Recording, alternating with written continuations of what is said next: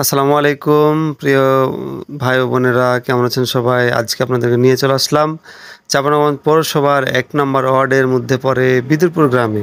আপনাদেরকে নিয়ে যাব আজ বিদুরপুর থেকে আমাদের হাজির মোড় পর্যন্ত।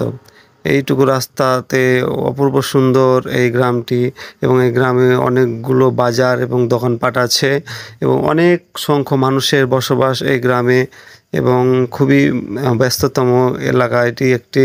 দেখতে পাচ্ছেন আশেপাশে বাজার, এবং এখান দিয়ে হচ্ছে চাঁপাইনবাবগঞ্জ সদর যে রেল স্টেশন আছে, আমরা রাজশাহীগামী বা ঢাকাগামী যে ট্রেনটা যায়, এই রেল ক্রসিং এর রাস্তা দিয়েই আমাদের পুরো বিদুরপুর গ্রামটা আসা যাওয়া।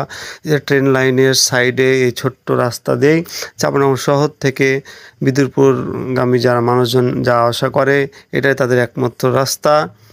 এই যে আমরা রাস্তা বেয়ে চলে যাচ্ছি, এবং এই ছোট রাস্তার পাশে ছোট ছোট খাড়িগুলো আছে, এগুলোতে মাছ চাষ করা হয়, এবং খুবই সুন্দরভাবে তারা দেখেন মাছ চাষ করে, এবং পুরোটা ঘেরে টেরে খুব সুন্দরভাবে আর কি তারা মাছ চাষাবাদ করে।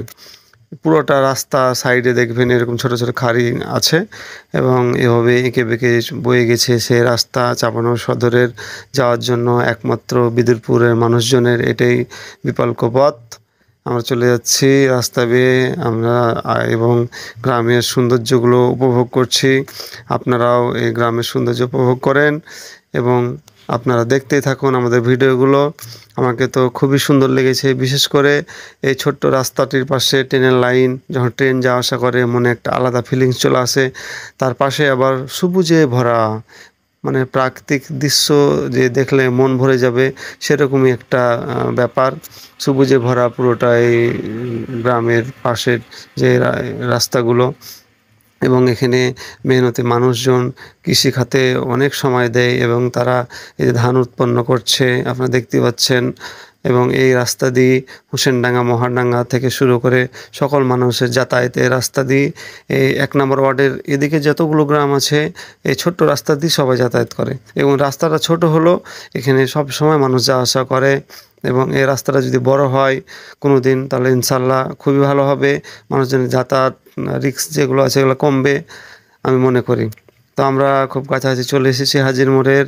আপনাদেরকে কাছে অনুরোধ থাকলো, আমাদের ভিডিওগুলো কে কোথা থেকে দেখছেন অবশ্যই আপনারা কমেন্টসের মাধ্যমে জানাবেন, এবং আমাদের ভিডিওগুলো দেখতে থাকবেন। তার জন্য ফলো করে আমাদের পাশে থাকবেন, এবং যদি সময় থাকে আপনারা ফলো করে, একটি লাইক করে, একটি কমেন্টস করে, শেয়ার করে আমাদের ভিডিওটা ছড়িয়ে দেওয়ার ব্যবস্থা করবেন।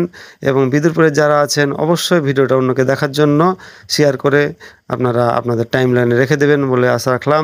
সবাই ভালো থাকবেন, সুস্থ থাকবেন, সবারই সুস্বাস্থ্য কামনা করে আজকে এখানেই শেষ করলাম। আসসালামু আলাইকুম।